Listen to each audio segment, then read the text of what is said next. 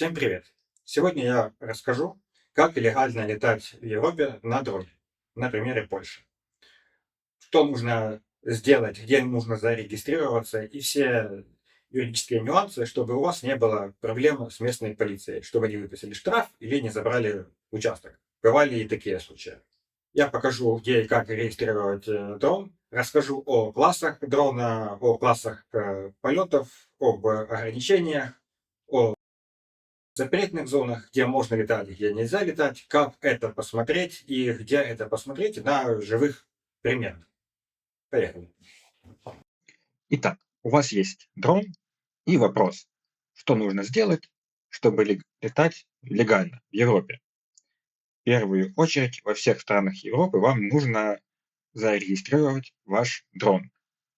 А если быть точнее, то зарегистрироваться как пилот, получить уникальный номер и наклеить его на ваш дрон. Где это можно сделать? В Польше это все делает на вот этом сайте UAV.pl. Регистрация здесь обычная, регистрируйтесь. После регистрации нужно указать паспортные данные, ваш номер телефона, естественно, с валидацией, что это ваш номер телефона, то есть вам придет смс, и загрузить ваш документ, паспорт, то есть паспорт. Э, Через некоторое время пройдет валидация, и вы сможете скачать, скопировать ваш номер. Вам нужен вот этот номер оператора. Вот здесь прямо написано, пожалуйста, разместите номер оператора на вашем UAV. Соответственно, его либо заказываете наклейки, их потом клеите на дрон, либо просто распечатываете, приклеите скотчем, как хотите. Прям жестких требований нет.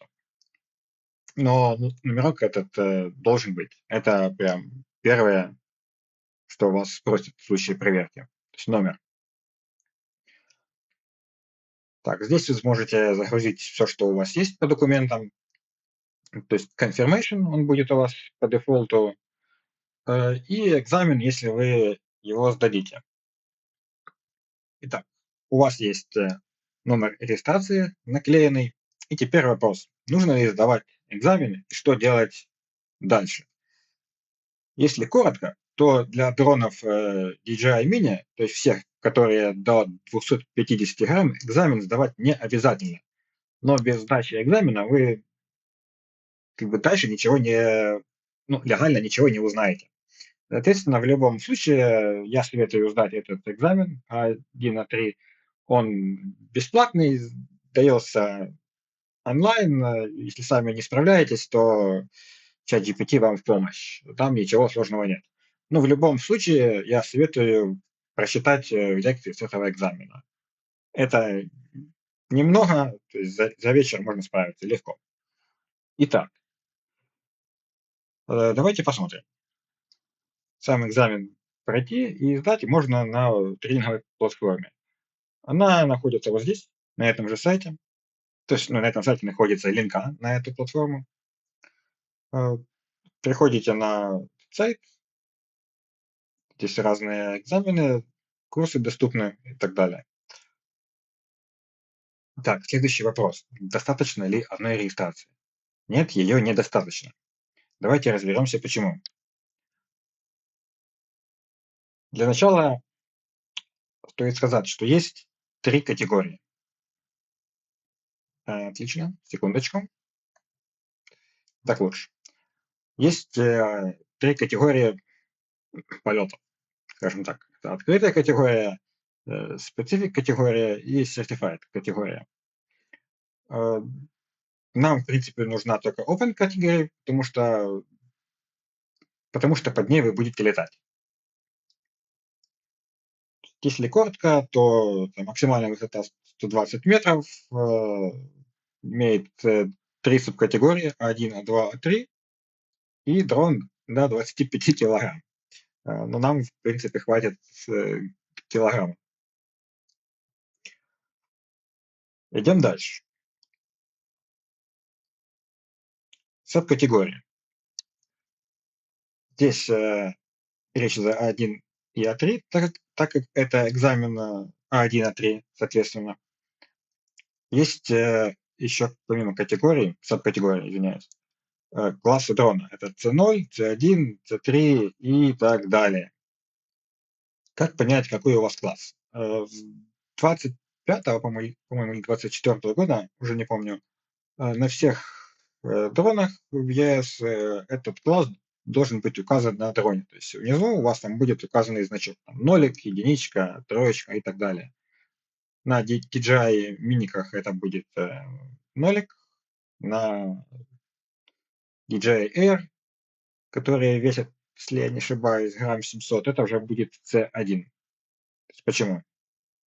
Потому что до 250 грамм это все C0, и до 900 грамм это C1. Есть еще мавики, но они весят немного больше 900 граммов, насколько я знаю. И там уже нужен экзамен А2, который сдается очно и за какие-то небольшие деньги. То есть нужно пройти курс и очно пойти сдать экзамен. Это уже немножко сложнее. Ну, 90% случаев А1, А3 хватает для дронов категории C0 и C1. Вы, в принципе, можете и не сдавать экзамен А2, но потом по-нормальному не полетаете в городе. Поэтому, если дрон больше 900 грамм, и вы хотите летать в городе, либо возле какой-то застройки, то нужно сдать экзамен А2. Итак, читаем. Для дрона категории C0 это все дроны серии DJI Mini, DJI Mini 4K, DJI Mini 2, DJI Mini 2 SE, DJI 3, DJI 4 Pro и так далее. Читаем. Регистрация обязательная, если дрон может снимать видео. То есть, понятно, DJI дроны снимают видео, естественно. Экзамен не обязательно. Если у вас дрон меньше 900 грамм, то есть от 250 до 900 грамм, то регистрация обязательно в любом случае. И экзамен тоже обязательно онлайн. Вот этот А1, А3. Ну и, соответственно, если категория какая-то дальше, то экзамен тоже обязательный. Вот А3 по-любому будет обязательный, а А2 уже там есть моменты. Если у вас дрон старый, выпущенный до 1 января 2024 года, то на нем, скорее всего, нет метки никакой. Но это не значит, что вы не можете летать. Вы на нем можете летать так само без экзамена, э, который меньше 250 грамм. Но здесь уже более четко прописаны ограничения. В принципе, ничего такого запрещающего здесь нет. Переходим к самому интересному. Это зоны. Если вы слышали всякие зоны CTR, DTR и так далее, и нифига не понятно, то скажу так. Мне тоже эти аббревиатуры почти нифига не говорят. Как понять, где можно летать, а где нельзя летать? Есть отличный веб-сайт DroneMap ANSA. Вот он. Это сайт для Польши, на котором можно разобраться, можно ли летать, и если можно, то с какими ограничениями, если они, конечно, есть. Итак, известно у нас сейчас, что нужна регистрация и максимальная высота в open категории 120 метров. Теперь смотрим. Давайте на примере Варшавы. Так, вот здесь есть всякие красные зоны, фиолетовые, непонятного цвета и так далее. Кстати, вот это вот дроны нарисованы, это люди, которые зачекинили свой полет. До чекина мы перейдем дальше, потому что он тоже обязательный. И если вы увидите, то вот этот тип летает, давайте, наверное, вот этот, ближе даже еще, летает недалеко от аэропорта, явно меньше 6-7 километров. И он летает, то есть он зачекинился.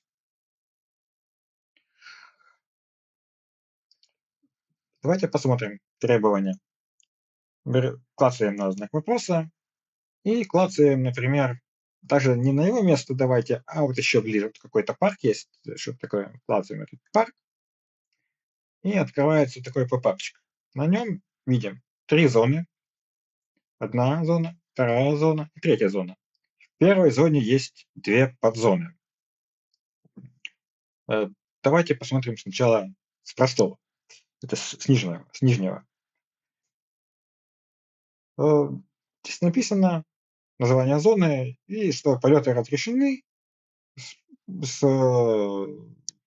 после информирования агентства ПАНСа.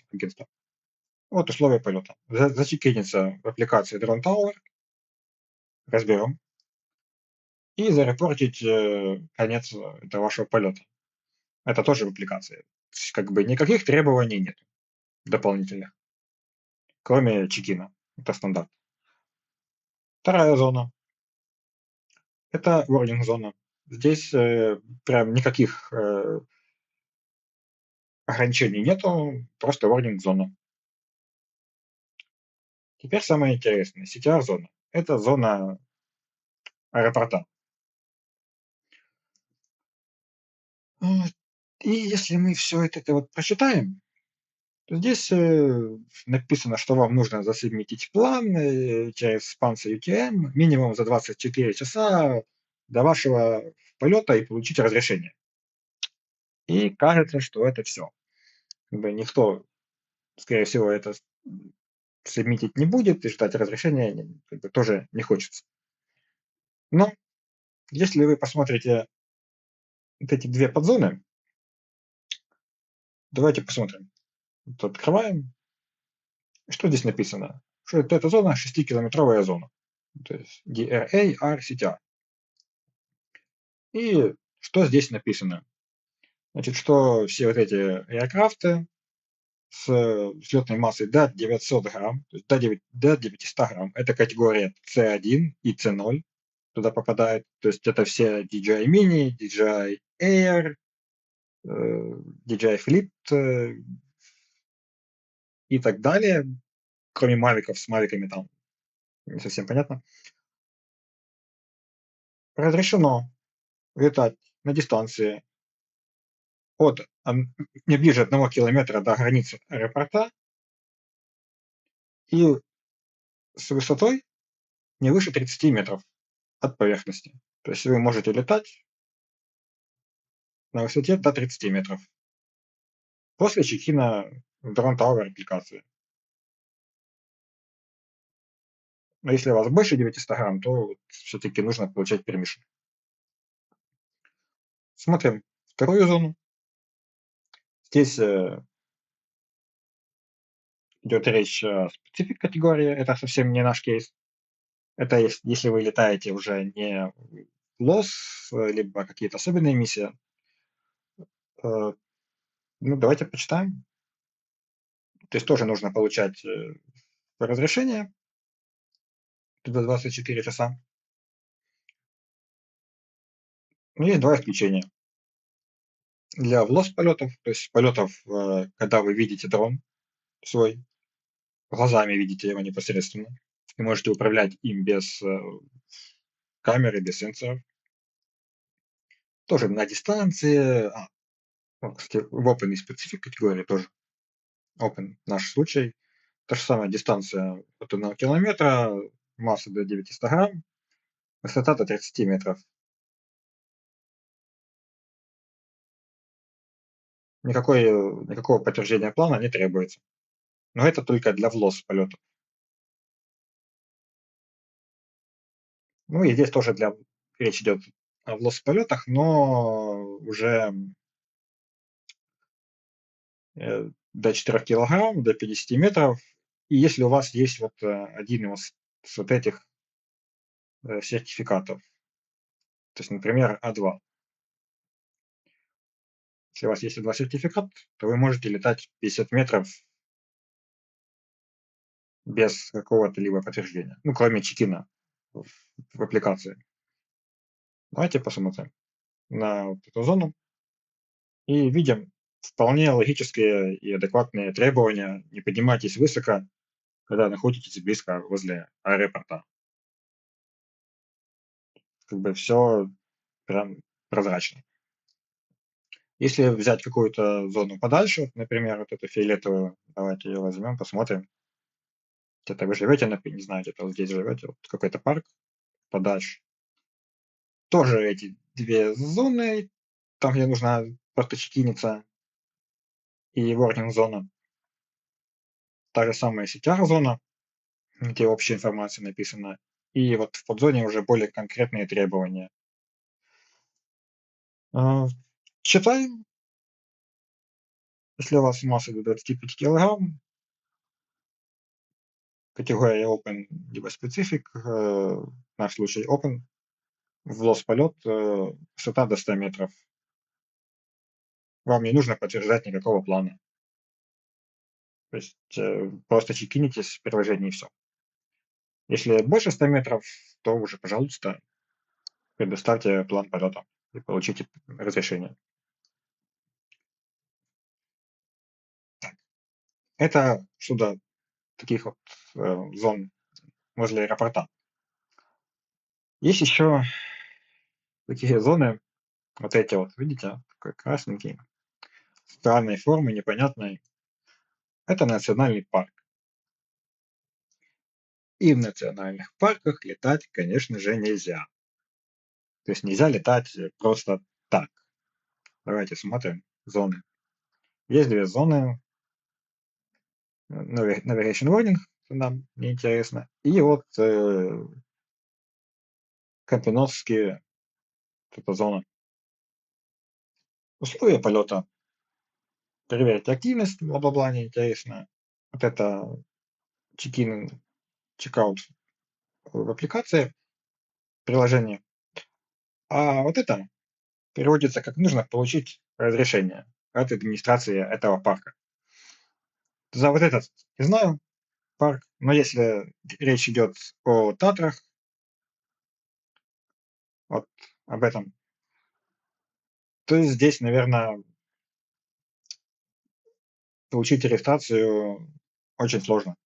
То есть, насколько я знаю, для частных лиц ее не дают, а для бизнеса 10 тысяч злотых. То есть это примерно 2500 долларов на разрешение, чтобы полетать, что-то поснимать. Дешевле штраф заплатить. Но я никого не агитирую нелегально летать. Если у вас не Польша, а какая-то другая страна, то есть нужно смотреть уже приложение непосредственно для той страны. Для Испании это, например, дрон Air ES. То есть выглядит все похоже, лагает только сильнее. Тоже здесь море дронов зачекиненных, которые летают. Кстати, они летают и в Мадриде тоже. Я, честно говоря, не очень разбираюсь с законами Испании, но если коротко по ней, то функционал примерно такой же. Есть зоны какие-то, вот какие-то зоны, как его классно-то, вот, там тоже есть требования на испанском.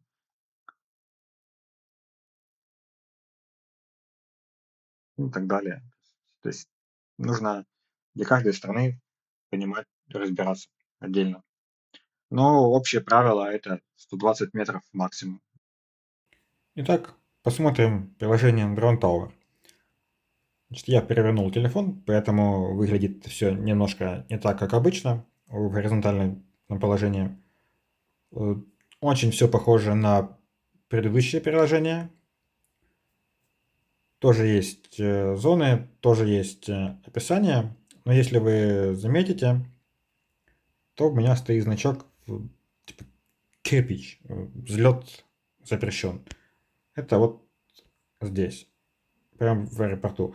Вот, кстати, отличный пример, как кто-то летает возле аэропорта. То есть это не запрещено, это разрешено, но с ограничениями. То есть он заявил высоту 30 метров, 1 час полета и дистанцию от себя 200 метров. Время взлета. Это не GPS-транспордер, это просто точка, в которой он зачекинился. То есть этот квадрокоптер, он статический, он не перемещается. Так, значит, вам нужно зачекиниться. Как чекиниться? Здесь, кстати, забыл сказать. При регистрации вам тоже нужно будет здесь подтвердить свой номер телефона, вбить номер оператора, который вы клеили на дроны, и как бы оно все подтягивается. Вот. Здесь уже желтенький, зелененький и так далее. Почему желтый? Куда-то тыкнул, наверное. А вот какую-то зону, скорее всего. Так, вам нужно взлететь. В первую очередь ваша позиция подтянется автоматически. Тыкаете здесь, тыкаете настройки. Здесь у вас прям до 900 грамм, то есть неважно, у вас 250 вес или 899. То есть все, что меньше 900 грамм, четко, понятно. 904 килограмма и так далее. 900 грамм тыкаем. Категория Open либо Specific. У нас Open категория. Субкатегория полета. Вот прям то, что было на сайте, где получать номер. Это А1, А2, А3. Выбираем А1, так как у меня дрон DJI Mini. Если DJI Air тоже А1 пойдет, если уже больше 900 грамм, там уже могут быть нюансы. Выбираем высоту.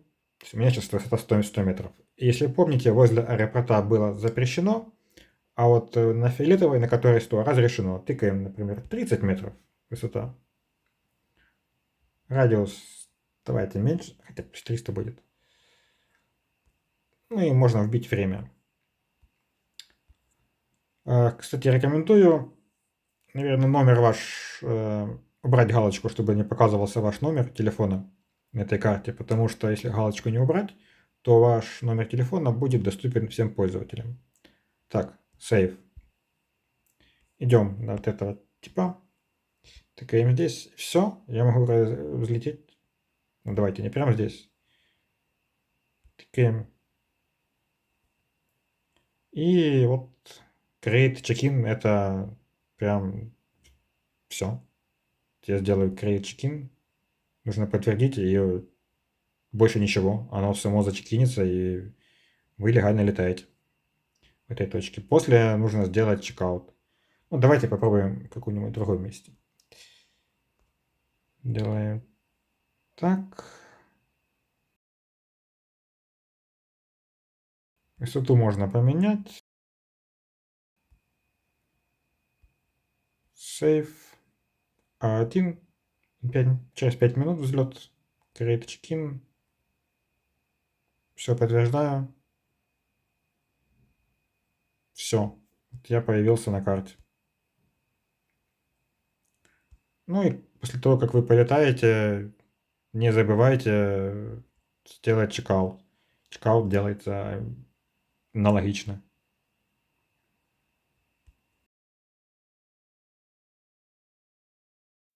Итак, что вам нужно сделать для того, чтобы летать?